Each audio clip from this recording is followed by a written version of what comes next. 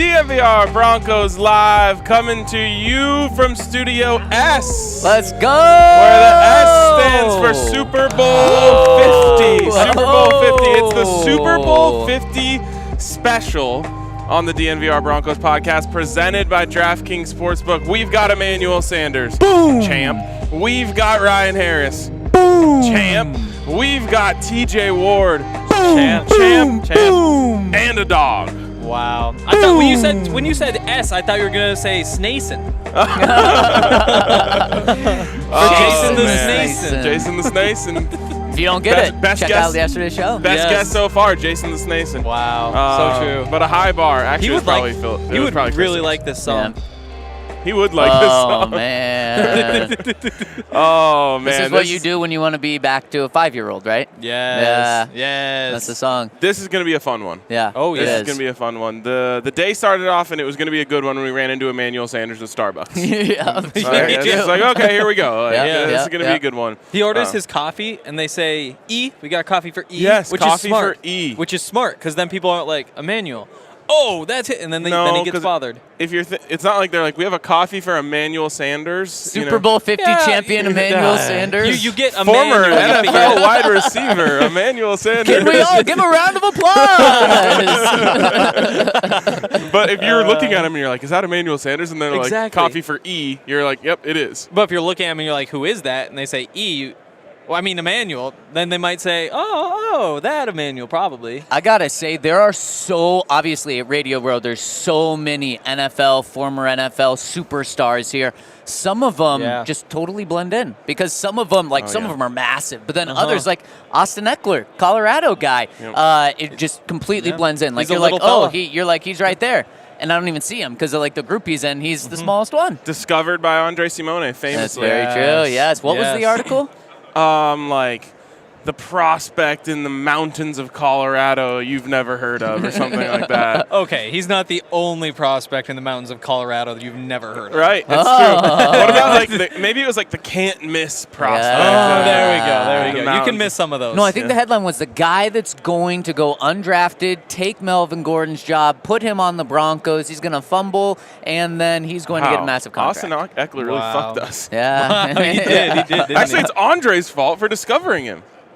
Damn it, Andre. Yeah, you're right. He could have been undiscovered. Damn, but then that's sad for Austin. Yeah, but Ryan, we got to represent Colorado guys better. It's true. We got to be pulling for him. We love cheering Austin. for him, boosting him up. Good for him. Killing it. Well, you're a big Chargers guy, so that makes sense, too. Don't say that. I am a big Super Bowl 50 guy, though. Oh, man. Who won that game? The Denver Broncos. The Broncos. We also saw Super Bowl 50 MVP Von Miller today. He's not going to be on the show. He's a little busy. Yes, he is. Between him and Coach Prime and Stephen A. Smith, there's some names out there today. We've been walking around, and it's like Dion, Coach Prime. Sorry. Thank you. Pardon me. Just has massive group around him. A lot of people watching Von Miller's show, and every time we've kind of seen Stephen A. Smith from afar, he is mobbed like no one else. It's insane. I don't really get that one. It's not like I'm not anti-Stephen A. by any means. I had a moment there where I was, and then I kind of came around, and I'm like, I get the thing he's doing, and and he's really good at it. He is. But I didn't know it was like that. A part of it's being like the LA guy. Like, it's all like the entertainment reporters who flock. So it's like E! Tonight, or the prime time. Not that prime time, but whatever, So you have the 5 TMZ type deals where they swarm and they're swarming, so everybody else swarms. Stay off the weed. Exactly. That's exactly it. That's exactly it. Stay on the weed with Jive Hive. Hey, there you go. And stay off the roads with Drive Hive. Hey, yeah, nice. Okay. We have one comment here. Oh, only we one? just won? Yes, only one person. Jeez. Come on, Sorry. guys. well, Can we get love some that person. We retweets? love that What's person. going on love here? whoever this Everyone's very excited for today's show. But this one, everyone is wondering, will Singleton be hunting Henry again today? Lil Birdie has said that he is back in Colorado. I've noticed you walking with more confidence today. I made it. I am safe. There's nothing he can do. There's nothing he can do. So you ready to talk some more shit? We're going to hold off on that for now. Smart. Find us at Smart. the DNVR Bar. Yeah, well, he might be at the DNVR bar. He's been before. He has been before, and he didn't hurt me. That's true, yet. And this podcast is presented by DraftKings Sportsbook. I already got that. Oh, you already got it. I'm He proud said of it you. I'm immediately. proud of you. Yeah. Dang. DraftKings Sportsbook, if they existed during Super Bowl 50, I would have raked it in. I would Oh, be my wealthy. Oh, goodness. Because what were the Broncos? 7.5-point dogs? 7.5-point dogs, and they were the number 1 seed in the AFC West, and I believe they were plus 700 to win the Super Bowl when the playoffs started. Of course, DraftKings wasn't around yet, so other places had that. I'll never forget getting to Santa Clara and getting to San Francisco, and the first day I went to the Broncos media availability, and they were just like very chill. You know what I mean? Yeah, Like they were just yeah, calm, cool, collected. Trevor Simeon. That's Calm, Cool, Collective. Oh, right. Was that from our guy Emmanuel? That was from our guy Emmanuel. And then I went to the Panthers, and they were so forced. Like, really trying to give us this cocky, like, we can't be touched. And I was like, that's not coming off right. You guys look really dumb when you act that way. And I came back, and I'm sitting across the table from Paul Klee from the Gazette at the time. Still the Gazette? I think still the Gazette. Yes. Yes. And I was like, Paul, the Broncos are winning this game. And he said, I was literally about to say the exact same thing to you. And it was really cool to see the Broncos, and I hate what this means for this week, but a team that had been there before just act like this is business. Yep. Whereas the Panthers were like, Business. look at us. Right. We're Yep, in the yep, Super yep, Bowl. Yep. Yep. Cam Newton, the MVP, the best offense of all time. Yep. Even someone like Emmanuel Sanders, who you'll see here in a second, is a showman in every sense of the word. Even he was like so just like, yeah, we're here to win a football game. And it was so cool to see. And, you know, I remember talking to who was it? Oh, Josh Norman. I want to say Richard Sherman, but it was Josh Norman about Demaryius Thomas. And I was like, you guys have really struggled with big receivers this year. Are you worried about Demaryius Thomas? And he was like, why would I ever be scared of Demaryius Thomas? Demaryius Thomas is nothing, this, that, and the other thing. And then I went to the DT and I was like, dude, this is what Josh Norman just said about you. And he was like, all right. Yeah. Well, I guess we'll just see what happens on Sunday. Yep. You know, and it was just cool to see that from the Broncos. So should we jump in? Let's do it. Let's jump hear in. from Super Bowl 50 champ, Emmanuel Sanders. Enjoy. All right, here on Radio Row with maybe the most perfect guest we can get this week.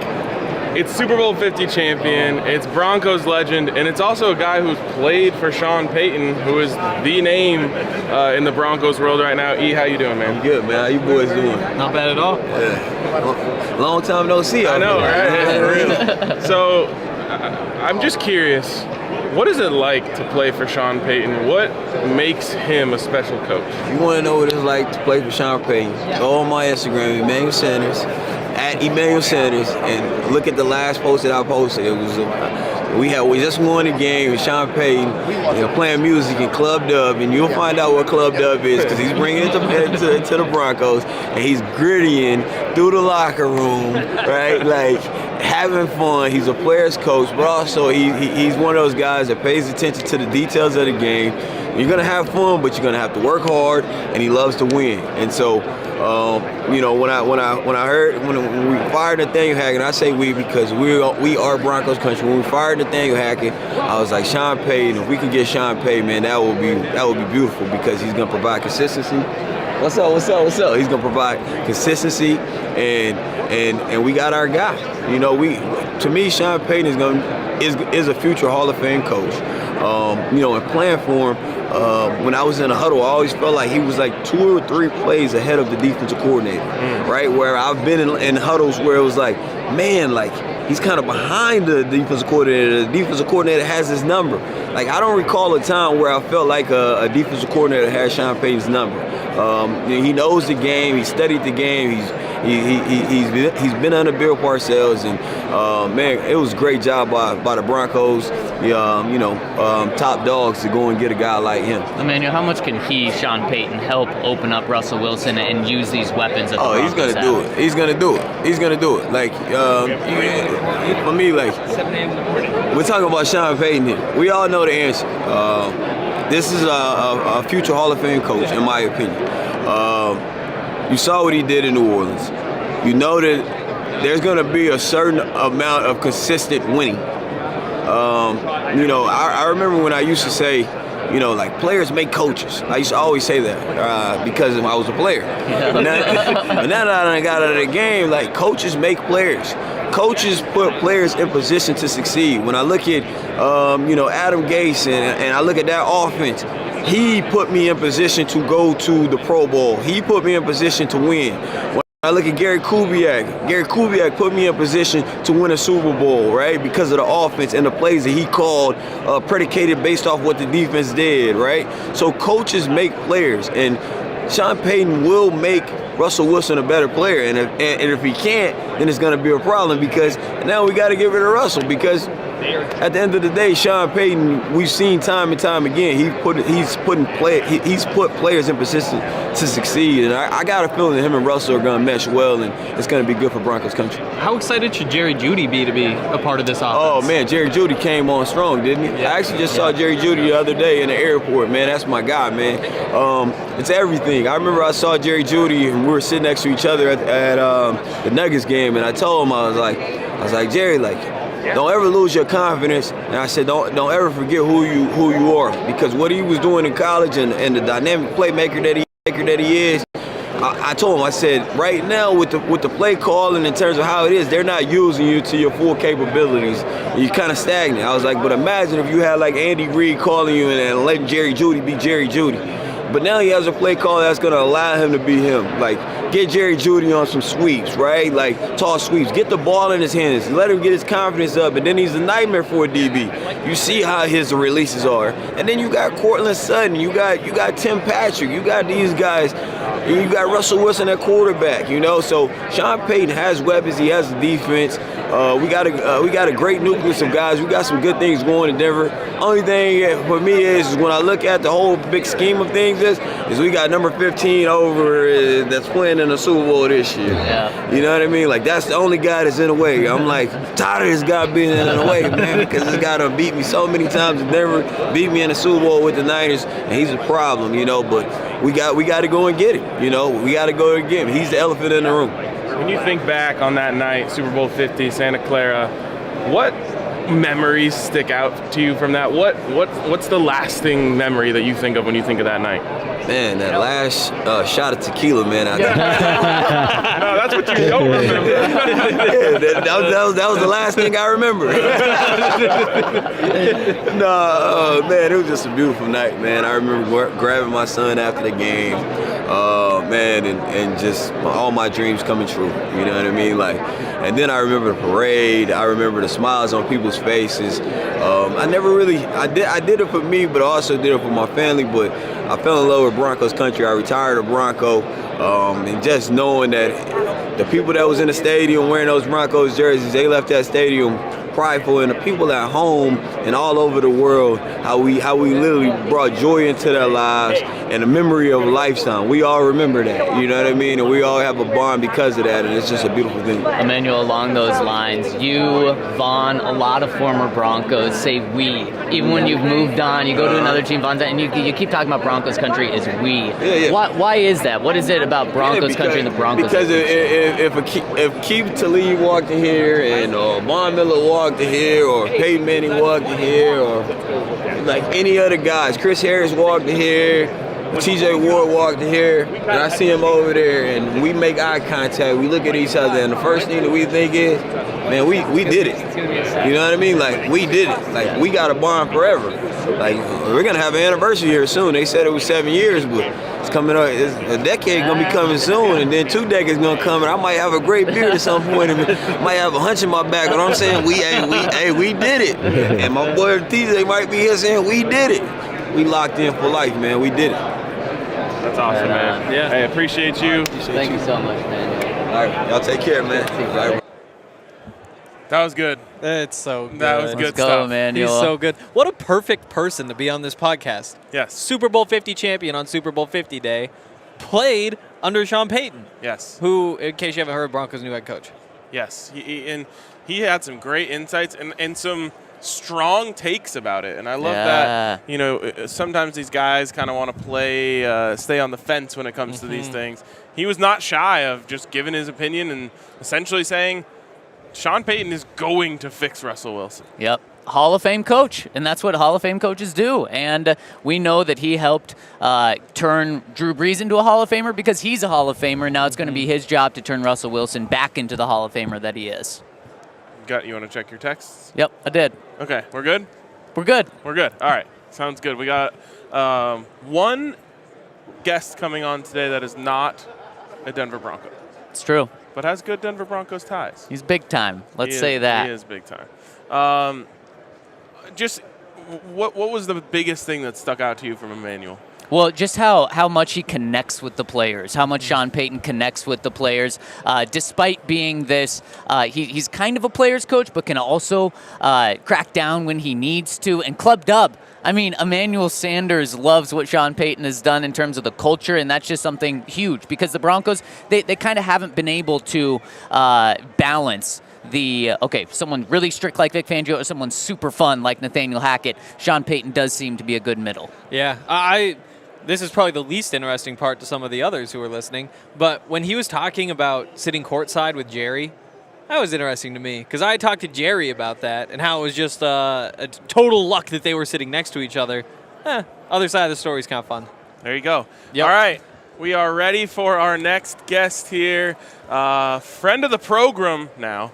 Tom Pelissero. Big time, Big Tom. What's up, fellas? Thanks so much for how's it hopping going? on. I'm here.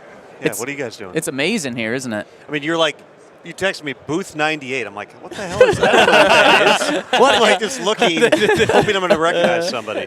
Everyone's been talking about it like they know the numbers. I have no idea either. Yeah, I don't know. You don't know north, south, east, west in here. There's no windows. That's a good point. But it's fun. I like seeing, obviously run into players and agents and other people here that I know. It's also funny just always seeing, the players run into each other. Because if you think about it, they don't, just like you guys don't run into other radio hosts. I don't run into, people from other TV networks. Everybody's in one place, and there's just, these chance passing encounters. It's a cool environment, and players actually seem to have fun with their media obligations here, which is not always the case other places. This is our Super Bowl 50 show, so we're bringing in a couple of guys from that Broncos team. Do you have any lasting memories of that Super Bowl? I mean, Von Miller coming to the podium barefoot, I believe. If I remember correctly. I believe that was the case. I mean, that was God, they all kind of run together now. But, I mean, certainly, that was a memorable Super Bowl. Peyton's arm really wasn't what it used to be at that point, so he just kind of had this little pop gun thing. He'd missed all that time. Osweiler had kept him on track, and then, he just kind of gutted it out. Like, he put his entire body into throws just to get the ball out there. I just remember watching it, and that was not, Peyton Manning was one of the greatest players of all time, and he, ran the game. He was still running the game. It just was such a task for him to get the football out, but that was part of what made him great. Even though that was a team that was very much driven by that defense. And that was the one against the Panthers, that Super Bowl. Yep. So my other memory of this was, so you remember when Cam Newton walked off the podium? Oh, yeah. Yes. So that was my fault. Wow. Well, I shouldn't say it, not entirely my fault. It was the fault of the people who decided it was a good idea to have the two media rooms separated by a sheet. Yes. Like basically what you're sitting in front of. Correct. That's all it was. It was like one big hall. And so I asked Chris Harris Jr. Chris Harris Jr. About, it looked like, you were playing it this way. It looked like you were playing just to stop the run. And, what kind of was the philosophy going in? He just goes, it was make them throw the ball. Make them throw the ball. Cam's on the other side listening to it, to the answer to my question. And that's when he's like, peace out, I'm done. Yes. Yeah. It's so funny because I was watching that press conference, and I saw Cam storm off, and I was like, that didn't make sense based on the question he was being asked for him to be upset with that. And you could play it back, and you could hear Chris Harris Jr. in the background being like, yeah, we wanted him to throw. We didn't think Cam could throw. Can you throw the ball? Can you throw the ball? That's what Chris Harris was saying. I mean, it was apparent, and Cam was the MVP that year. Yes. He had an unbelievable season, by far the best he had thrown the ball in his career. But basically, they sold out to say, you're not going to run on us. You are not going to do all the design quarterback runs. Obviously, they had good backs on that team. You're not going to beat us that way. Let's see what you can do. They played man coverage all game, if I remember correctly, and basically just stacked the box. And, it was effective. It was a, pretty dominant performance. Yeah, and since then, Super Bowl 50, the Broncos have tried to figure out the next Peyton Manning or the answer at quarterback. They've tried to get their next head coach. And now it seems like with Sean Payton and Russell Wilson, that's going to be their combination moving forward. But specifically with Sean Payton, what does he bring to this Broncos team that's going to be able to be their coach for so long? Sean's really, really smart, particularly with offense. I mean, he's got a knack for it. He's found ways you look through obviously he had Drew Brees. Drew Brees wasn't Drew Brees when Sean got him. He was a very good quarterback, but, big questions about his shoulder and everything else. And you've had all these different, kind of parts come through. With Sean, he's always had a back, some type of usually like a back who can do stuff in space, the Darren Sproles type of role. He's always had that big-bodied target, which was, it was Jimmy Graham, and it was Marcus Colston. Michael Thomas would probably fit that category too. And then you needed somebody who can burn. You needed a really fast receiver as well. So, does he feel like he has those parts in Denver? Are they going to be doing some maneuvering through the offseason? I would certainly anticipate that the roster is going to look, different than what it has. They've got you got Javonte Williams there, who's going to be coming off an injury, but is a really, really good back. Obviously, one of the best young players in the league. What do they do? With the receiver spots with Judy and Cortland Sutton. Like there's decisions that are going to have to be made here. But I just think with Sean, even though at this point, he's 59. When he took the Saints job, I think he was 43. Yeah. He's in a different stage of his life, and he kind of stepped away, and he needed that. He needed that time away. But I think it was obvious watching that press conference the other day. He wants this. He wants to come back and win. He wants to be the first coach to win a Super Bowl in two different places. And, you go back to New Orleans when he got there in 2006. Obviously, they had Hurricane Katrina. They had other things that were complicating factors, but they had no history of winning. Nothing sustained. They had never had sustained success. And he implemented that. And they did. There were some tough years in there, obviously, and I think that's inevitable when you're in a place that long. But, he created something. In Denver, you've got a winning culture. You've got Lombardi's in the lobby. You've had recent success. But, you heard him say the culture is going to be completely different. He means that. And he is going to, change a lot of different things at every level of the organization. I know he joked about there's this myth that I'm going to, I can't remember what he said, like be a dictator. Tyrant. And it's not, I don't think it's that, but he does want to do things his way. And that was not going to be for everyone. That's just the structure was not going to be for everyone. But obviously Greg Penner saw what he wanted in Sean Payton. And George Paton's the one who got the deal done. Yep. And so, we'll see where it goes from here, but it's going to be fun to watch. Speaking of George Paton, Sean had a lot of control over the roster and those sort of things in New Orleans. Now he's coming in, working with George Paton. How do you think that dynamic is going to work? George Paton's a really smart guy. He's worked with a lot of different people. He's worked with challenging personalities at times in his career. And, he's one of the most universally respected, not just, personnel evaluators, but just guys in the league. Like, you would really struggle. There's other GMs who people, somebody's going to be like, I hate that guy. Nobody says that about George Paton. Right. So I think that, it'll be fine. And George will, operate the way that Sean wants to operate. I think that's, certainly. I mean, George worked with, Nick Saban in Miami. Like, he's worked with strong personalities before. I don't really see that being an issue. We'll just kind of see how the dynamics play out. But, Sean's he's the head coach, and that comes with, a lot of him putting his fingerprints across the organization. Do you think with Russ and Sean in place, they have the pieces to snap the losing streak that they have against the Chiefs? Of course, we're watching the Chiefs again in another Super Bowl, which isn't thrilling for Broncos country. But do you think these are the pieces that can lead the Broncos to compete with them? It depends which Russell Wilson Sean Payton's able to bring out. I mean, the Russ we saw last year was just not anything close to what they had seen in the past. And you really got to go back to 2020, the first half of that season, to see Russ at kind of peak Russ level, because then the second half of the season he had some turnovers. They kind of went back to the run first thing. 2021 he was impacted by the the finger or whatever the deal was, the broken finger, which was a significant injury. And then this past year it never worked. The whole thing didn't work. And I don't think that falls at the feet, entirely of George Paton or Nathaniel Hackett or anybody else there. Right. It was not the right fit. Yep. Sean, you heard his comments being asked about having his own, Russ having his people in the building and all those things. Does not sound like that's something that's going to fly. And again, this is where it is. It's not being a tyrant. It's Sean saying, we don't do that here. Right. And so how those two kind of fit together, I think it's probably a good thing for Russ to, coming off a year like that, to have somebody who is going to, maybe be a little bit different in terms of how they coach him than what Hackett was, which is, Nathaniel Hackett's he's a really good football coach, and he's going to go to the Jets, and they're probably going to be really good because they got a lot of good young weapons. He's all positive energy. I think what you saw last year was, with Russ, he needs to be checked sometimes, and that's absolutely going to happen.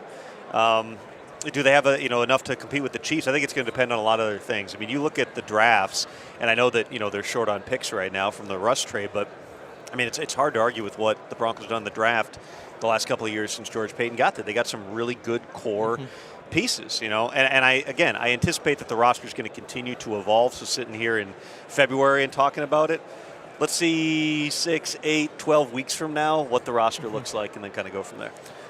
What should the standards be this season? What should Broncos fans look for? Obviously coming off of a 5-win season, you could see the coaching will improve. The quarterback play has a real chance to improve. They have all those injuries. Should the expectation be to compete for the playoffs, to get into the playoffs, or is that a little bit too lofty coming off of 5 wins? You went and you hired Sean Payton, and you paid him a lot of money, and you traded draft picks for him, and last year you traded draft picks for Russell Wilson and players.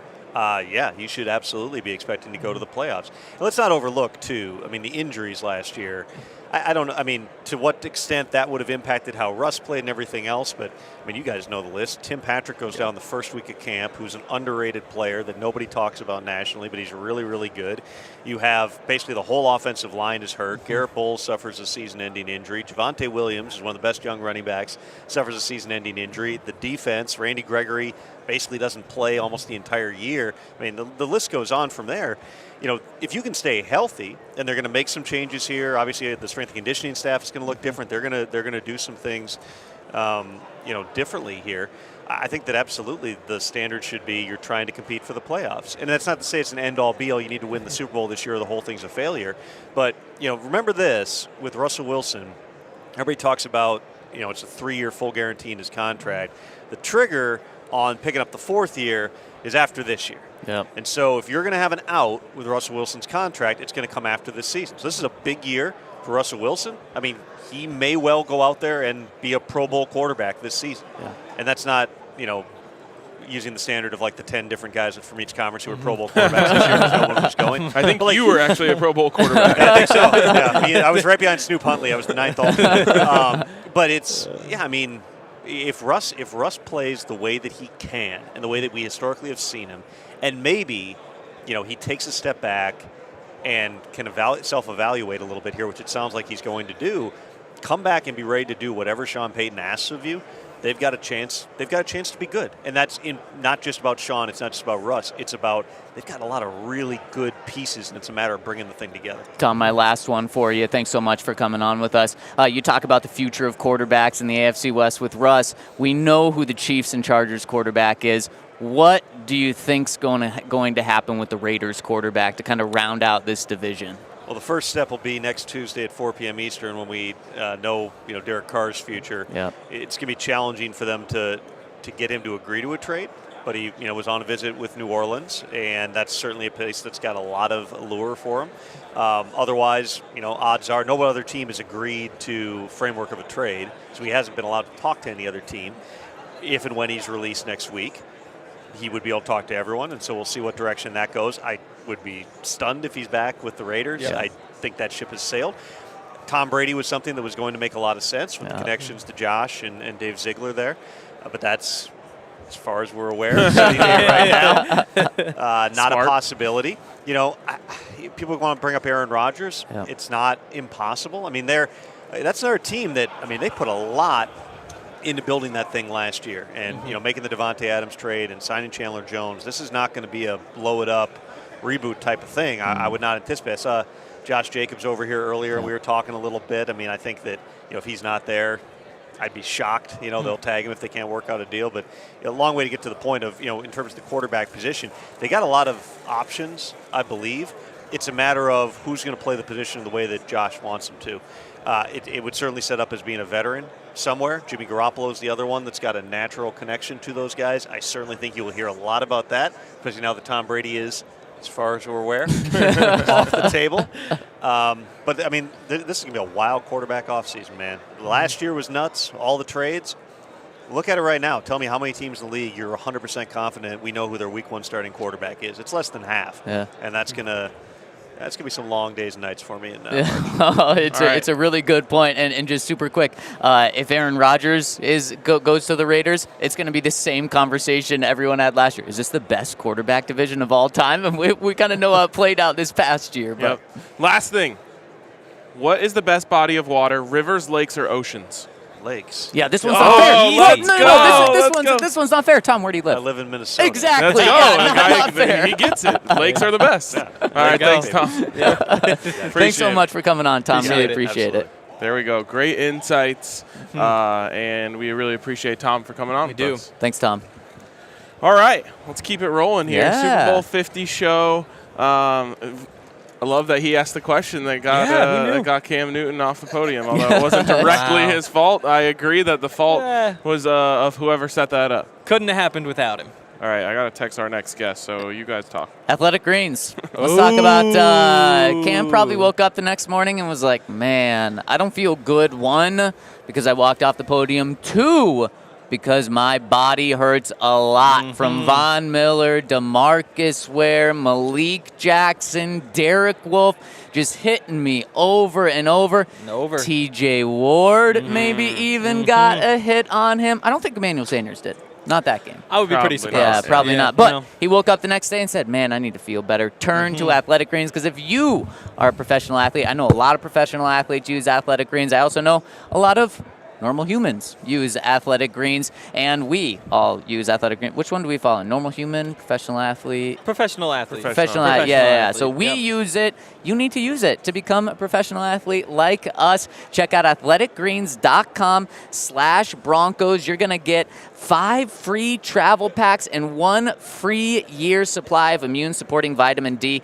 by going to athleticgreens.com/Broncos. And what you get with Athletic Greens is you get 75 vitamins and minerals, probiotics, so much to help your body is jam-packed in 1 scoop that you put in the morning, and it's less than a cup of coffee, and they have less than a cup of coffee a day per cost, and they have over 7,000 5-star reviews. Wow. So many people love them. Check them out, athleticgreens.com/Broncos. You know what else Cam Newton was doing that next day after the Super Bowl? Oh boy, calling someone? I think he might have been calling Backus and Shanker.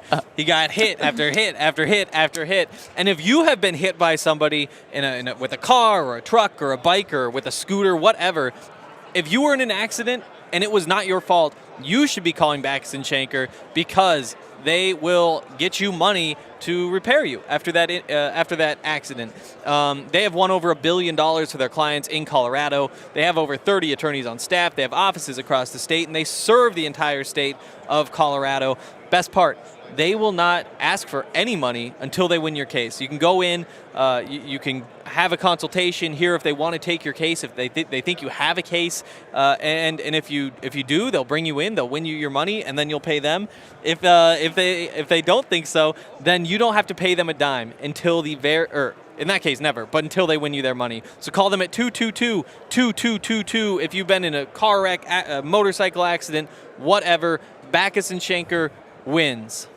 All right. Speaking of winning. Speaking of winning. Speaking of winning. Super Bowl Champion. 50. Let's go, baby. Oh, my. Oh, the ring. It's That's a blinding. big Oh, one. my goodness. Yeah. Ryan, that's the Hey, size of my You know hand, what I'm baby. saying? It's good to be with my Yes, brothers, let's my go. family. Speaking of winning, congrats, DNVR. Just stop kicking ass, will you? Come on. Just stop it, man. They got to catch up to you.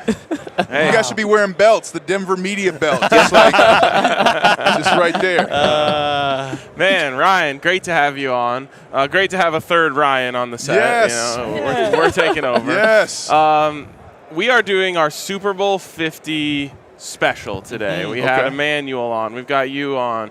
We talked a little about Super Bowl 50 with Tom Pelissero. We're having TJ Ward on after this. Love my brothers. What- DeMarcus is going to hopefully get inducted to the Hall of Fame. Yes. What sticks out to you? I mean, when you hear Super Bowl 50, what's the first thing that comes to your mind? My teammates, just the most amazing teammates I'd ever played with. There's 1,600 players in the NFL every year, and only 53 become champions. Statistically insignificant amount of players become immortalized. And it's because they are willing to fail, they're willing to learn, they're willing to grow. And on that Super Bowl 50 team, we had a lot of guys that have figured out, hey, for a long time, your individual success matters most. But then at a certain point, it's about the collective success. And everybody was on board, showing up, having fun. We had a lot of fun, too. But when I think of Super Bowl 50, I think about the greatest team I'd ever been on. How does that happen? Is it coaching? Is it just something goes around the locker? Is it a player? How does that mesh happen? Coaching, players, GMs, bringing in the right guys. I think it's really hard to win a game in the playoffs with players who haven't been there before. Like one of the things in the game, Super Bowl 50, the first play of the game, Peyton leaned in. He goes, "Hey guys, breathe, okay, breathe." And 10 other guys just, we're like, "Oh yeah," because he knew. Good point. You get tight, like you feel that immortality. You can literally smell the goal you've been dreaming of since you first put on a football jersey. So we had the perfect mix of youth that was willing to work and veterans who knew. I was one of those veterans. I wasn't going to get many more opportunities to win a Super Bowl. I'm going all in. I didn't have my family in on Fridays, right? They came on Saturday. I took care of my body, and I just put everything into it. And then coaching, too. I mean, Gary Kubiak was a phenomenal coach. He put a phenomenal coaching staff together. And Coach Kubiak also listened to players. He would listen to players during the game. He would set things up for us. It was an amazing, amazing team. Peyton Manning is obviously an incredible quarterback, but that season he wasn't quite what he was the few years before. You mean he wasn't a Super Bowl champion? He was a Super Bowl champion. He was a Super Bowl champion. Right. So he was better than he was before, right? In some ways, yes. But was there a moment when you looked at him and you were like, oh, he's missing a couple throws, that there are a couple more interceptions? At what point in the season do you see that, or do you not see that at all? Everybody makes mistakes on the football field, and to be a champion, you got to be accountable for yourself. And one of the thing for us, I mean, it's funny to me because people say Peyton wasn't the same. Well, he lost. Did you want that Peyton? Because I didn't. Yeah. So I wanted the winning Peyton. And one of the things consistently through the year, even his first play in that San Diego game, he came back in. We had a run to the right. We had a pass, check, a run to the right. And he checked it to a run to the left, and we got 12 yards. It's just he did those things all the time. We were playing the Browns, and in Cleveland, he had thrown an interception the previous play, and then he gets back in the huddle. He goes, "Emmanuel, if it's man-to-man, I'm throwing it to you for a touchdown." Sure enough, threw it to Emmanuel, and a touchdown. So he called out plays. He changed plays. He believed in us by changing plays that we weren't prepared for. And so I vehemently disagree, or I agree. He was not what he was because he was a Super Bowl champion, and he was that the entire season. Love that. We've kind of told the story secondhand from, hearing accounts from people like you, but I don't know if we've ever had someone from the source tell the story of the speeches that were told the night before that game. Can you tap into that for us? No. You got to earn that, man. That's in the vault. I'll tell you this. Gary Kubiak, before every game on Saturday nights or Sunday night, if we had a Monday, would play what we called Saturday Slappies, just fail videos that made us laugh. They had Aqib Talib on a roller coaster screaming his guts out. They had different players afraid of things. They had Wade Phillips dancing at his daughter's wedding. It was awful. So we had fun like that. The biggest speech, I believe, though, of that season was before Pittsburgh, and it was DeMarcus Ware who talked. Actually, it may have been before New England. He came in. He had a suitcase, and I was like, I don't know, is he leaving, going home tonight? Who knows? So he starts talking. He unzips his suitcase and he slams down a Lombardi trophy. And he said, "They want to take this from us." Mm-hmm. And he goes through and names 30 different players on how they stepped up at different points of the year. They're trying to take this from us, and this is ours to take. And it was just, that was it. That was it. We just set the moment, getting the chills now. I mean, it was in another example of how a fantastic leader and teammate made a message and delivered it. It was amazing. That's why he should. One of the reasons why he should be a Hall of Famer tonight. One of the reason 3,792. Yes. And of course, that night ended with you guys becoming the champions and getting the ring. How often do you wear the ring? Is this something you only break out, when you see us, or is it something you wear all the time? I wear it on broadcasts. I do a ton of corporate speaking, and I wear it then. And other than that, it's in the G5 classified location behind the vaults and the sharks with the lasers on their head. So, but it's something that it never gets old. Every time I look at it, I think about the first time when we opened up the cases, just how absolutely beautiful it is. Didn't know I love diamonds as much as I do, and I really love free diamonds. So, but not free. That was 10 years, 9 surgeries. Yeah, but immediately after that game, you're a wave of emotions. One of them is just complete joy. I'm hugging Malik Jackson. I can see it and feel it now. And I turned because I knew where my family was. There's all this confetti, and I walked towards that area, and it's like I went through the wormhole. I didn't know which way was up, which way was down, and I came out on the other side. My family was there. And I went back and celebrated with my teammates. We're on the stage. Everybody's grabbing confetti. And, and then when we're leaving, it's like, oh, yeah, we got a shower. Like, and oh, by the way, I need to eat, bro. You know what I mean? So we're leaving. I see Tim Cook on the sidelines. We took a photo from, Tim Cook from Apple. Yeah. And then when we did the media and everything, and there's like 500 people in the locker room. You're changing, But then we got to the after party, and it was funny because all the family and friends were just going nuts. Florida was playing. But for us, all the guys who played in the game, we were by the buffet. We were like, hey, let's eat. So our party started about, 35 minutes after we got there so we could eat. That's awesome, man. What's it like being here this week? You have TJ walking around and Vaughn's walking around. Yeah. And I'm not sure who else is going to show up here. Emmanuel was here. Yeah. But it's got to be cool just to be at a Super Bowl and see all these guys. Well, it's like when you guys see each other in different places, right? It's your brother. You know them, and whatever they're doing is different, and you're happy for them. I saw Emmanuel yesterday. He got up from his business meeting, came over, gave me daps and hugs, and we talked about being a father and what life's like after football. I was texting with DeMarcus before, coming to the road today. So those are my brothers, and I love them. I love every single one of them, and we smile every time we see each other because there's so many memories that come back, little things that people didn't see and things we know about each other, about what we're willing to do for each other. And there's a lot of I love yous when we see each other.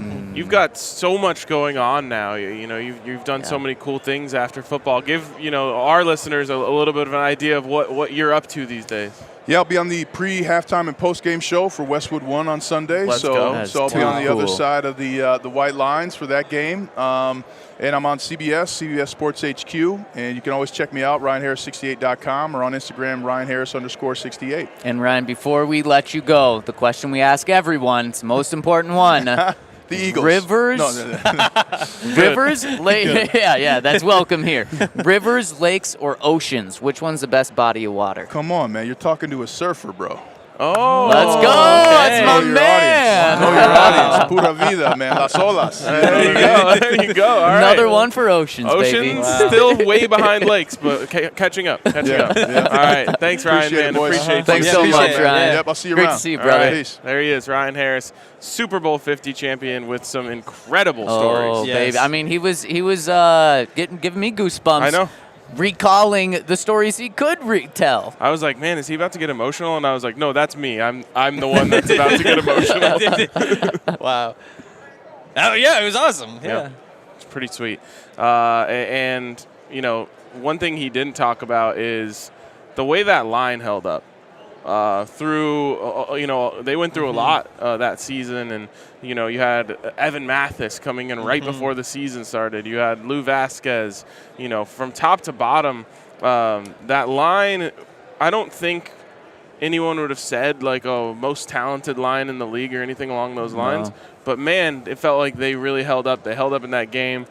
He didn't want to say it, but Peyton Manning was not himself anymore, and he was even slightly less mobile than he was even a couple years before. And they blocked the run super well. And when they needed a 3rd and 7, they gave Peyton enough time. I love how he answered the question about Peyton, though, because it's something that really is never brought up or thought about. Just that he still was that winner. And when we talk about Peyton in the glory days, we're not talking about how he's making Patrick Mahomes type of throws. We talk about how he diagnosed the line, knew what the defense was going to do. Kind of like Emmanuel said, he's 3 or 4 plays ahead of the defense. That's kind of what Peyton Manning, when he was talking about Sean Payton, that's kind of what Peyton Manning was like in the game, is he was a couple of plays ahead of what the defense was going to do. And he mentioned it. You still had Peyton's mind in that game and gave that one example of how, the first run, he checked it to the left and goes for 12 yards, and just how much belief that then gives the rest of the team moving forward. So, I mean, what fantastic insight. Yeah, I mean, it is really interesting because what is Peyton Manning best at? Making good decisions. Like, the guy's a genius, and he does a lot of things well, but it just means that the odds change a bit in your head. When you're sitting there and thinking, like, which one's going to be the better play? Me throwing this slant or just handing off to CJ? Maybe that last season it's handed off to CJ just a little bit more. But to be able to figure all that out and figure out how to put a team in the best possible situation, there was nobody better. Tom Brady's pretty good too. But Peyton Manning, there's nobody better than Peyton Manning. Totally. I'm working on our next guest here, so hold it down for me for a second. taking selfies? I don't know if that's an next guest. They're asking for help on how to find the table. See, it wasn't that easy, right? I was trying to guide Tom P. Tom was he didn't like Tom. your directions. No, bro. he did not. Well, what did you say to him? I told them table number 98 because that's what everyone has told us here. There's a little it's piece like, of this is your tape, table. 98 underneath the soundboard there. Yeah. And so I just thought everyone knew, but no, it's not. Everyone doesn't know that universally. There's like some sort of secret map around here. Yeah, there must be. Yeah. With the insight that we've got today from Emmanuel, from Tom, from Ryan Harris, something that's so cool is just how it is a we. And it's always going to be a we. Ryan Harris said, it's the love that they always say, I love you when they see each other. It's always that bond. And that is what makes this week so cool and big and special. And he boiled it down, 1,600 players, 53 become champions. It's a small percentage, and you are not guaranteed to be there ever again, potentially. And so that's what makes it where, the world comes here. There's 128 different media outlets coming here, and the game is just the biggest sporting event in the world. It really is. And I think it's one of the beautiful things about sports, how these guys who all come from different backgrounds and different cities and different parts of the country, maybe even different countries, all come together, and they're bonded immediately just by being teammates. But when a team makes it to the mountaintop like that, it's just different. It's forever, and like you said, you might see an old teammate if you didn't win a championship together, and you're waving from them across the room.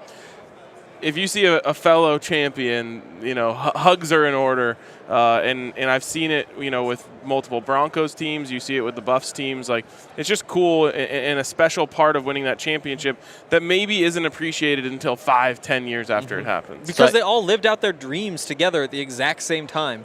After putting in all that work together, it's crazy to think about. I mean, Ryan Harris probably 30, 32 when he won that Super Bowl.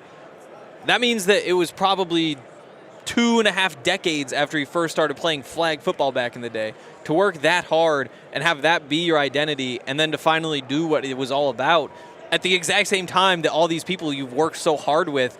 I mean, that's just a crazy combination to have. And if you want the Eagles to have this bond for the rest of their life, to take it away from the Chiefs so they don't get it, check out our friends over at DraftKings Sportsbook, and you can bet on the Super Bowl over there. Place a bet on the Eagles. I believe they're still -1.5, so pretty much a pick'em game.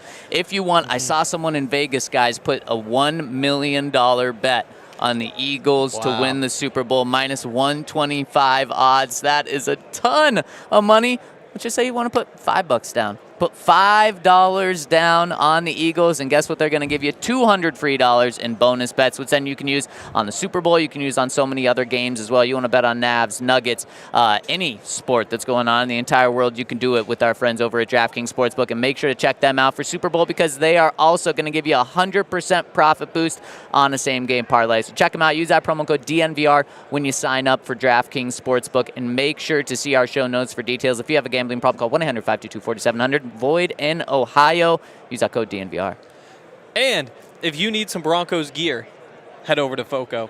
They have just about everything you could think of. They've got the cups and the tumblers and the mugs and the Christmas tree ornaments and the whole bunch of different clothes that go on like the top half or the bottom half or on your head, whatever. So many different awesome things from FOCO.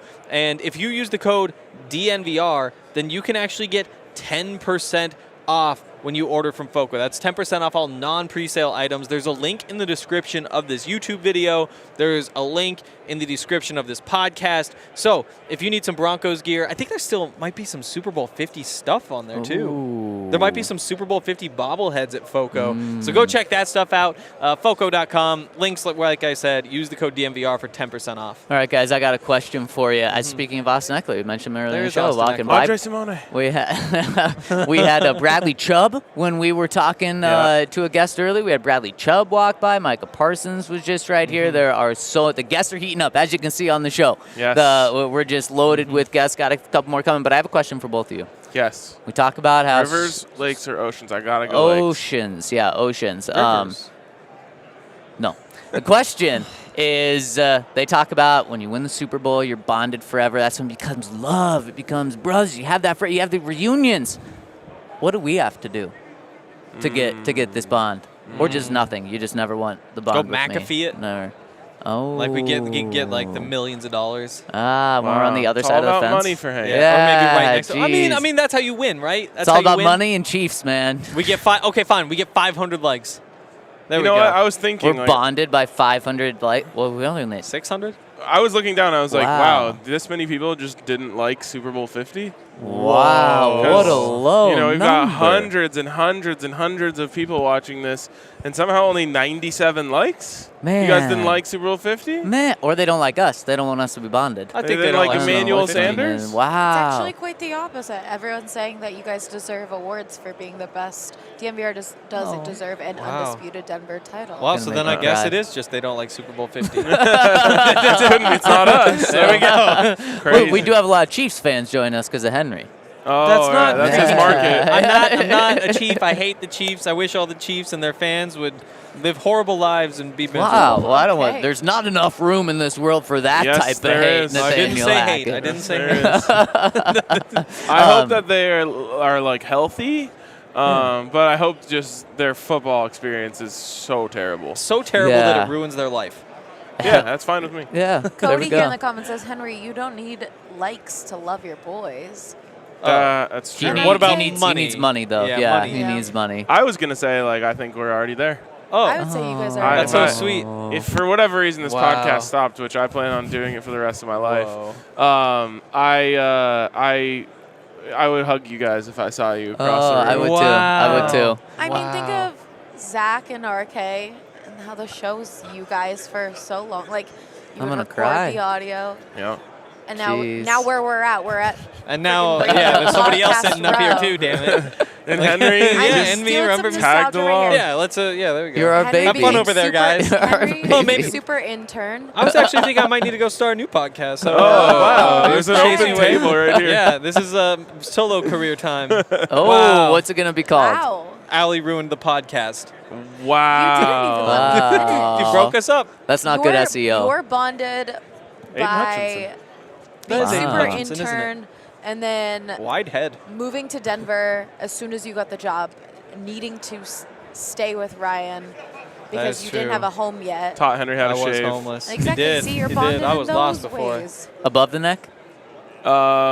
Yes. Wherever Okay, you need it. good. Yeah. Why did Oh you- yeah, it because took that was too pre-beard, huh? Yeah. Yes, it was pre-beard. I don't remember you pre-beard. Nice. That's the way it's supposed to be. Tommy says Pre-beard and bond over a post-beard. three-way Red Bull shotgun at the Super Bowl. Oh. What I was thinking is like, if we were ever to cover a good football team, Oh, that's what does it? that would probably go a long way for us. That's out of our Yeah. control. At least the Super Bowl 50 team had it in their control. That is true. But also, it was partly destiny. Yeah. Could you imagine, like, 20 years from now, we see each other and it's like, remember that 9-win team in 2023? Those were the days. What a time. They won more than they lost. I think it 9 winners lounges. all we would point to is like, remember that off-season move? The other off-season win? Yeah. Remember the Russell Wilson trade? Yeah, It was yeah, so cool yeah. at first. Yeah, What yeah. a day. All right. We are expecting to have TJ Ward here in a second. They are trying to find this. It seems like they need to make it easier for people to find things. Why don't they just have, like we have signs, why don't they just have a little sign that goes up with a number on it? And You make would it really very- only need to do one in each, like, every 10, So- 90s, Right. 100s, One of the things I have 120. noticed is that some places they give that little sheet of paper. It says, like, all city, whatever. They put theirs on, like, the back of this thing so people can see. Oh. That's right here. That's genius. But Ours it still is- wouldn't help yeah. that he can't find even the Wait, area. why don't we just say follow the fun? I mean, I said perfect be there shortly. They said perfect be there shortly. So Oh, perfect. Be there what? Shortly. Shortly. Shortly. Yeah. Maybe those Super Jeez. Bowl rings should have like a magnet in them. It's like, Super Bowl. Oh, there's another one over there. Just like you say, follow the ring. No, if you like open it up, it has like a map of where all the other ones are. Wow. Or it's like that Harry Potter thing. You open it up and it makes like the screeching noise until you close it. Oh, Ooh, that's if you kind didn't of win like it, the fan somebody in the else, bathroom like if somebody of else our opens.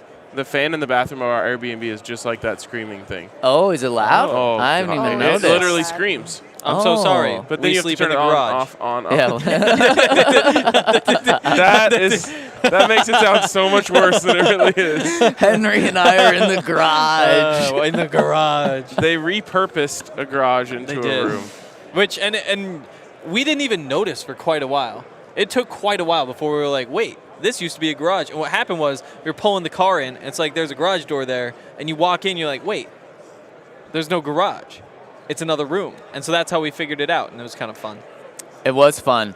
It's a lot of fun. This week's a lot of fun. We have been having a lot of fun. Speaking of which, so we had a little meetup at Illegal Pete's last night. We told you guys Yes. about. Met so Yeah. many awesome members. It was so cool to meet everyone, and we just love doing this. I love being able to meet you guys and gals. And like we say, when we're out and you see us, please say hi, because it makes our day just as much. It makes our day more, I would say. We also just randomly saw someone wearing a DNVR shirt on the streets of Phoenix today. We did. A hockey shirt in Arizona. Yeah, Hockey exactly. should be Not the banned team here. I would have expected to see here. Absolutely. Absolutely. Rihanna, ever heard of her? An hour late for a press conference. Wow. That's Nathaniel Hackett time. I went to Coach Prime's most recent press conference early. Wow. 5 minutes early. Wow. I'm going to guess Sean Payton's an on-time guy. He seems like it. Details, think so. baby. Details. Seems like a tight schedule type of guy. You know, it's like when he said, like, yeah, some nights when you're trying to rebuild something, when you don't have everything going the way it's supposed to be, you're just not quite done with your to-do list. And you have to accept it, that there's things that you need to do the next day and kind of get caught up. I feel like that's how he approaches it. It's like, okay, 1 o'clock, time for the press conference. Time to be done with what I'm doing. We'll get back to it when we need to get back to it. Yeah. And those, it's so funny, the catchphrase. What was Vance Joseph's catchphrase? Why can't I think of it? When it's cold, it's tough. No. cold, Leader of it's Men. tough. Leader of Men. No, Leader that of wasn't. Men. Leader men. No. That wasn't exactly his catchphrase, but that's what he was called. But Vic, Death by Inches. Death by Yep. inches. Nathaniel Hackett. Let's ride. Speaking of Spicy. Let's Ride. I know. That's how I thought this was going. Is that where you were going? No. Yeah, of Yeah, course that's where I yeah. was going. The Of right course way to I- go. So what's Oh. Hackett? Hackett, He didn't have one, did he? He was Let's Ride. He was part of the Let's Ride Okay, era. He was Let's Ride era. part of the Let's Ride era. The Now entire we era. get not earmuffs, close. Buckham. Buckham Broncos. Not, Buckham Broncos. not as our friend Chris Sims would say. Fuck 'em. Fuck 'em. Fuck 'em. Yeah, I forgot. No earmuffs week. All-time Or all earmuffs. all-time All-time earmuffs. earmuffs. Yeah. What do we think of it? That's so. Sean Payton was at Radio Row. I should say he was at a couple of sets in Radio Row today. Yep. Went on the Pat McAfee show. They asked him about Let's Ride, and he said it's now Buck 'em. Yes. Buck 'em. I wish that our listeners could somehow communicate with these people to tell them how cool it would make them seem if they came on our show. I mean, like Sean Payton? Yeah. Alex will tell him. Because, like, Have you seen what everybody says about Alex? It's like, yeah, give him Singleton? Yeah, 10 million a year. Give him 10 million a year. Keep him around. I'll buy the jersey. Like, we should have him go say like, hey, Sean Payton, look at all these tweets I get now. Very true. Yeah, I was just thinking about that. I was just like, man, they just think like there's a million media people here, and they all look we all look the same to them. True. Except for the ones that they already know. We just need maybe a testimonials page. Oh yeah. we just Where hand it to it to them. We're like, hey, Yes. this is what people have said about other people who came on our show. Yes. Or is it a patch, a cool patch, or we were in the wrong shoes? Do we need Crocs No, with the I think bedazzle things on them? I think you were on it with the patch. I think The we just patch? need patches. Let's say cool. Cool guy. Cool. Cool guy. Or we get they say testimonial buck 'em. patches. So like Chris Sims says, you guys are like awesome, Chris Sims. Or like, Oh, right, Yeah. right. no, Yeah, it's a it's like shirt a- of it's- testimonials. exactly. Yes. Wow. It's like the back of a book or the What front did, of a movie. What did Brian Harris say? Stop kicking ass, DNVR. Yeah. There's another one. Ass kicker, Ryan Harris. Yes. Yeah. Yes. But I don't think he actually meant stop kicking ass. No, it was like stop it. Oh. Yeah, he's big time. He is Yeah. big Man, time. holy and cow. just big too. He is also big Big and big and time. on time. And on time. Wow. Damn. He is 3-4-3. ultimate big time. 3-4-3. Yeah, he is. Wow. All right, new topic time. What is 3-4? What is 3-4-3? 3-4. That's a combination of the 3-4 and the 4-3 pushed together. 3-4-3. What does that What have, did that have to anything do? to do with anything? What were you saying about 3-4-3? I didn't say 3. No, You Said said 3-4-3. you said what is 3-4-3? You You said said 3-4-3. No, you said 3-4-3 first. No. And then I said this. Wait, let's go. Someone can rewind Yep, it. you didn't do it. Someone that's watching can rewind it. Well, now two Man, of us we rewinded could have and one some, didn't, and we're all off. Stalkers back there. If you timeline. watch the stream, something about us just turns heads. Yeah, it's We really do true. turn heads. It's really true. I think it's probably the bright lights or it's us. Oh, look, it's Andrew Breer. That's not nice. That's not It's nice. funny, though. It's really funny. At least call him friend of the show, Andrew Beer. A friend of the program. Program, yep. Hey, Yeah. it's Albert Breer. It is Albert It's Breer. Albert. It Big is Al. Albert Breer. Big- Different Big Al. Funny Small story. Al. Just think of a funny story while I tell a funny story. Okay. Funny story. The CHGO Bears guys were doing their show before us. Oh my and God. Dean Blandino, again, another person having a trouble finding the table they're supposed to be at. Yep. Just thought he was supposed to be coming to their table, but they weren't expecting him at all. So he just sat down in the guest chair Yep. while they were Real live. And they just rolled with it and interviewed Dean Blandino. Good They thing it was them, not us. If Dean Blandino sat in that seat, No, you don't understand. Like, there's so many people around here that Yeah. it's really hard Yeah. to recognize, like, exactly who's. Like, if you saw Dean Blandino in the grocery store, you might be able to figure it out a little more easily, I think. Like, I would be like, that guy looks familiar. Who is it? Who is it? Who is it? And I might get to it. Yeah. football. You're like football, and Yes. but everyone's football here. Right. Here, you just don't recognize people right Yeah. away. And so if he sat down right here, right now, none of us would know what to do. I actually Should so we pretend that he's there and how we would act? I was behind the set, and so when he left, his handler was like, "All right, Dean, we're headed over there," and I was like, "Okay, this guy looks important. He really like, did his "That's my hair. dad." His name is Dean. Not Come my on, dad." who's a Dean? Who's a Dean?" And I couldn't even with the name Dean, I couldn't figure out it was Dean Blandino. It's embarrassing. It's Yeah. embarrassing. Hey, will you Here look we at that? go. Let's go, baby. Yeah. There it is. There we It's go. time. It is time. It Big is time. Speaking of winning, Yes. Speaking of winning. Bring it on. Oh, another ring. TJ. Our Woo! third Super Bowl 50 champion of the show. Throw on the headset, Yep. TJ. Man, D. Marsh came on. we had No. Emmanuel, we had Ryan Harris, and we Okay. had you. Yep.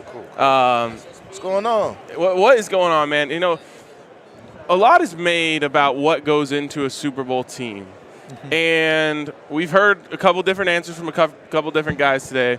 But here's one thing that I think every Super Bowl team needs, and that is a dog or a series of them. Yeah, I was gonna be my answer. Okay. I was about to say you need some dogs. Yes. For real. You don't got no dogs, good luck. It's over. Your team, especially you, Aqib, the list goes on. Darian was a little more quiet, but he had it in him too. Chris, what does that do to not just the defense, but to the makeup of the team to have that type of player on the squad? It's a persona like your team carries. Like even if some guys aren't dogs, they gonna turn into one because you know they gotta run with us. So you know they may not be that type of person naturally, but it's gonna come out when you're surrounded by a bunch of pit bulls. You know. DJ, when did you know that the no-fly zone was special and that Super Bowl 50 team was special? I knew in camp that year, Super Bowl year. I just, you know, it's something you feel. Like we were good the year before, but like that year, you could just feel it in camp throughout the whole defense. Really, it's like you look around and you waiting for the offense to come out the huddle. And he's like, "Oh, Keeb's over there, Chris, D. Ware, Wolf, God, Danny T. Danny T. B. Martin," and you just look around the defense. Well, at least when I was back there, I was like, "Hey, man, we gonna be hard to beat." I'm telling you that, and it was so many leaders on that defense. It wasn't just one leader. Everyone led in their different way, and we fed off each other, and you know we respected each other's space, personalities, and you know we got into our beefs, but it was nothing major. You know, some brothers do, whether it was on the sideline, during the game, or at practice. You know, we have disagreements. Meeting rooms, we'll be going back and forth, but that's how you know when you're tight, when you can have those type of disagreements and arguments, and 5 minutes later, 10 minutes later, be back to normal. And understand that we all just trying to win at the end of the day. Outside of the Super Bowl, do you have a favorite moment, a favorite memory of that season? Oh, man.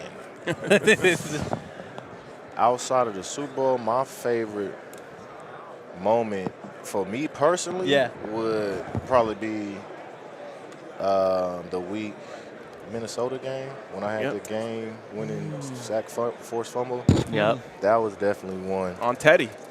Yep. At home. 2 gloves. Yeah. I don't think he wore his gloves that day. Wouldn't have mattered. Or you took them off. Yeah, he forgot them. But, yeah, that was probably one of my better games of the season. But that whole year we won like that. Yep. So whether it was the playoff game against Pittsburgh in the conference, the OT in the AFC Championship, stopping Brady at the last minute. It was a few games. Winning in Baltimore, they going down to score week 1. It just set the tone for the rest of the year. I didn't play that game. I was suspended, actually. But, you know, D still getting the pick, you know, right? D getting the pick at the end of the game. We bounced back against Kansas City. That's another memory, a bad memory, though. Kansas City, I was coming off the suspension.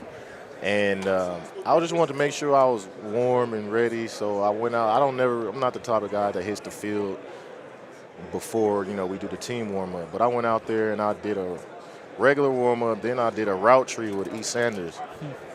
Oh, my. I damn near died before the game started. So I'm, like, dehydrated a little bit, not knowing it yet. So the game is going on. It's summer. It's just now getting into fall, so it's very hot and humid in KC. And by the second quarter, I was cramping up, like cramping to the point. Like once I cramp, it's pretty much no get back for me. I'm done. So drinking, hydration, beyond Gatorade at this point. Now we got like these little hydration shooters that taste like medicine. I take a couple of those back, and it's just sitting on my stomach. We go in at halftime, I get the IV, come back out, and it's the first series, and it's just so much liquid in my stomach at this point. I'm like, oh man, I'm gonna throw up on national TV. So, I'm trying to run off the sideline, like while both teams are in the huddle, or it may have been after a play. But anyway, I'm running to the sideline to try to get off the camera, like get out for TV, and halfway to the sideline, I just throw up all on the field, like Willie Beeman. I'm like, man, I hope they don't have that on ESPN. They didn't, so thankfully they didn't have it. But that was another memory that I can't let go from that year. I was at the Super Bowl covering it, and I was telling these guys earlier, like, first day I went to your guys' press availability, and there was just this calm confidence within you guys where it wasn't like this is a big deal. It was just like, yeah, we're here to do business. Same day I went to the Panthers, and they had this like fake cockiness about them, and I was just like, what are they like? I can see that you're not. You feel like you're that guy, but you're not that guy.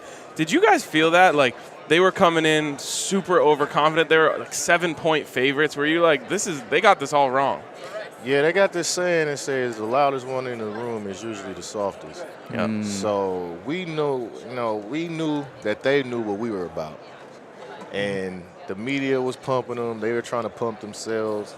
But deep down, we knew and that they knew it was going to be a long day for them. They hadn't seen a defense like ours. And we don't got to say much.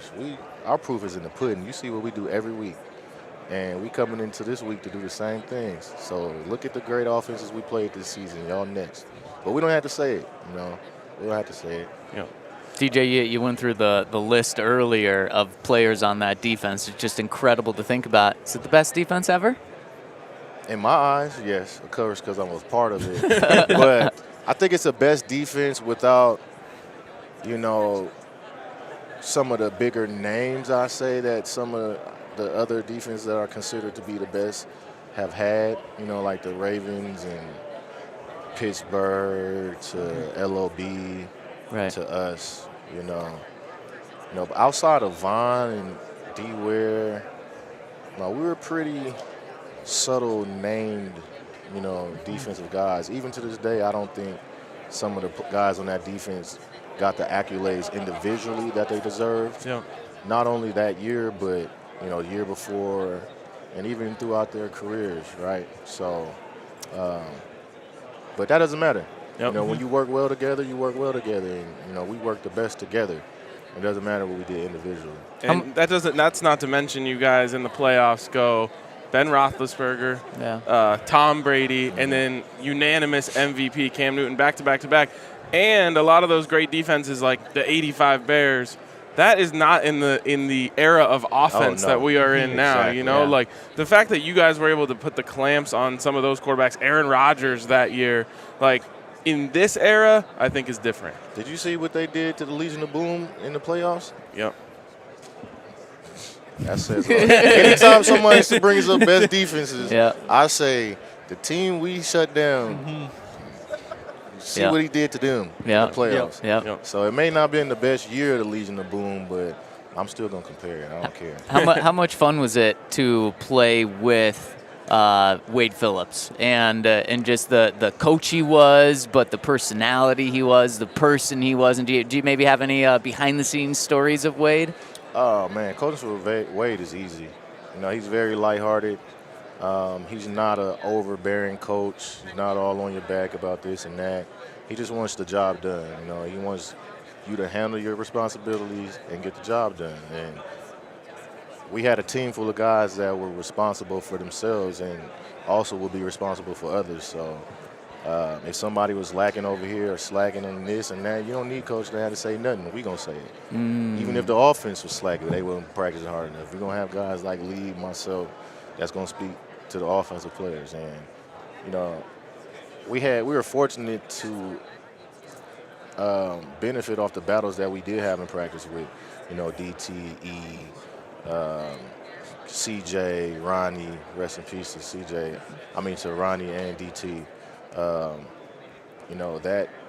Iron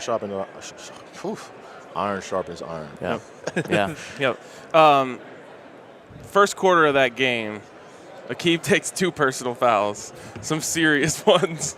Yeah, was it 2? Yeah. Because in today's game, he would be ejected for that. Yeah. He took 2. Obviously, the one that sticks out is him tossing Philly Brown. Get 2. That's right. He got one both of them were on our sideline. He's tossing Philly Brown by his face mask. He said it to this day, like, it was to send a message. Did you feel them maybe like clam up a little bit after they knew, like, okay, these guys are different? I wouldn't say I felt it after that play because I think they scored on that drive. But as the game went on and we started, really making contact with them, hitting them, pressuring Cam, tagging the running backs, you felt that dwindling from them slowly but surely. Like, as the game went on, it was like a boxing match, I was saying earlier. You might be good the first 6 rounds, but as the fight goes on, you taking them punches, you're going to get weaker and weaker. Yeah. And we definitely felt that, by the end of the third, fourth quarter, it's like, okay, this time needs to hurry up because we're ready to go celebrate. You had the interception in that game too, right? Yeah. So there was also the fumble on the play. Yeah. But Danny recovers. Yep. Who gets to keep that ball? Do you get to keep the ball for the interception, or because he jumps on it, does he get it? I give it to Danny.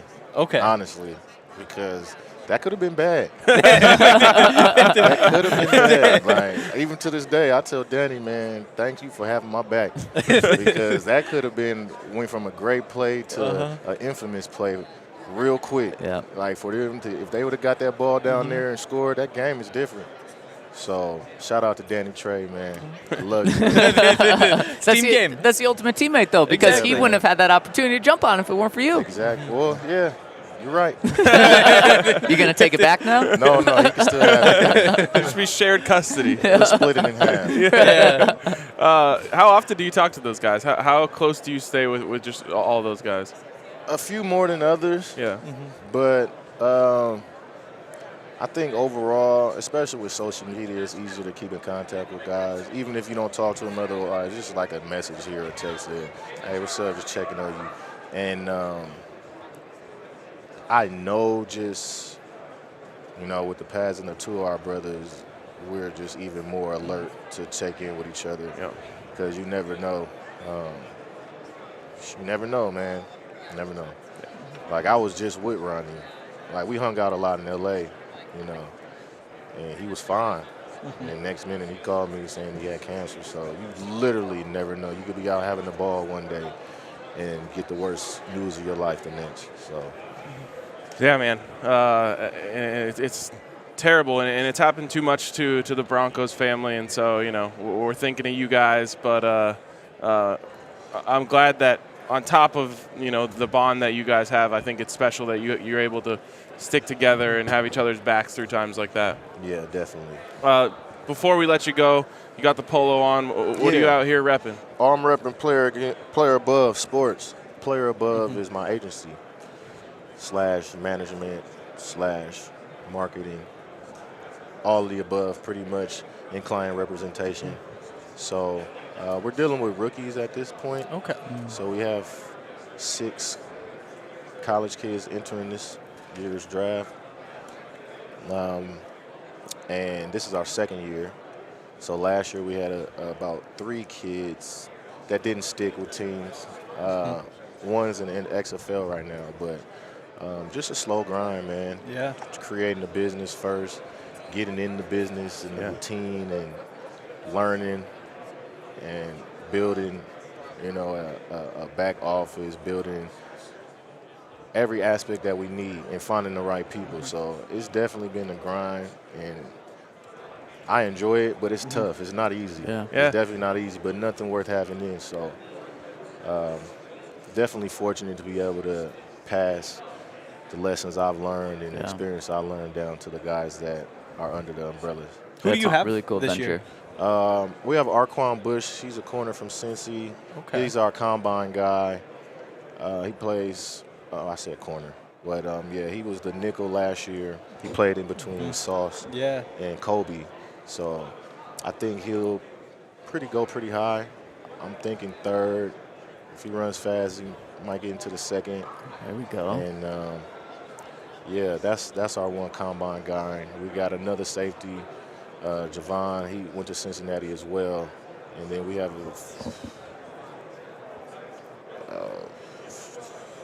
3. We got 6 guys this year. Yeah. So we got a total of 6 guys. Nice. Well, hey, congratulations with that.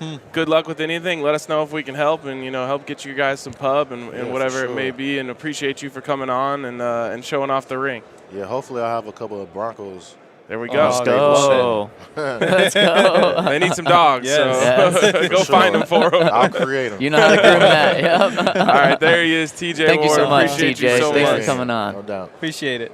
All right, man, that was sick. It was great. That was Super sick, Bowl yeah. 50 show, baby. Yes. Thanks, TJ. Y'all enjoy the rest of the week. All right, you Yeah, too, you too. man.